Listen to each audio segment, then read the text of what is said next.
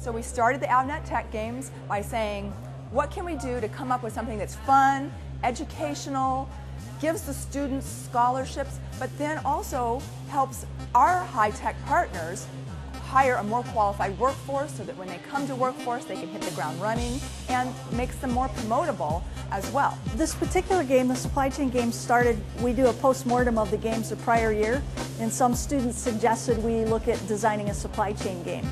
The way that students are learning about technology can really transform business and business processes. Knowing how all the different technologies fit together and how you can take old legacy systems and new processes and bring them together is really what the technologist is going to bring to business in the future.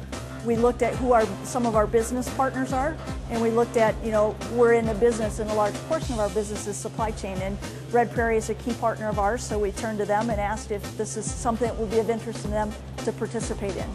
So we started doing the games in our operations class, and so me, Jim, Chris, and Ellie, we did pretty well in the course, and so we thought it'd be fun to compete nationally against other teams. Roughly 100 teams that participated in it.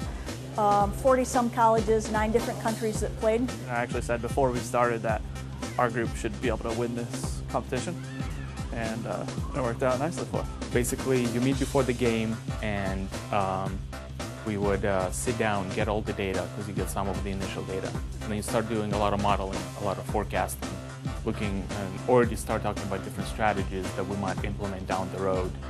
And then sort of do a little bit of scenario planning, and be prepared for certain unexpected occurrences, because the game sort of changes as you go. So the teams that did best prepared well for understanding what their market was, what their capabilities were. They went in and they made quick decisions and adjusted their model frequently. You're constantly getting new data with some delay, and then you constantly adjust your numbers, developing strategies, try to predict what other teams might be doing, and try to optimize everything, being as efficient as possible. The differences that technologies are going to see 10 years down the road are really going to come in the form of globalization.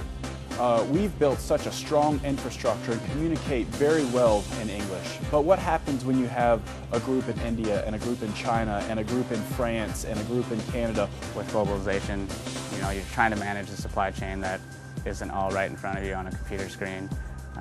You're trying to manage something that's in India or China or Eastern Europe, and so there's a lot of inefficiency in how you manage that. You often have to go through a third party to do that. It really let companies and let us see that they understood what supply and demand management was about, how to operate a supply chain, what decisions were like real time they had to make in the work life. The Red Prairie supply chain game, I've got to say, was our most successful virtual game. It was the most fun, it was the most exciting. This partnership that we did with Red Prairie was the best partnership that we've ever done with any of our sponsors before.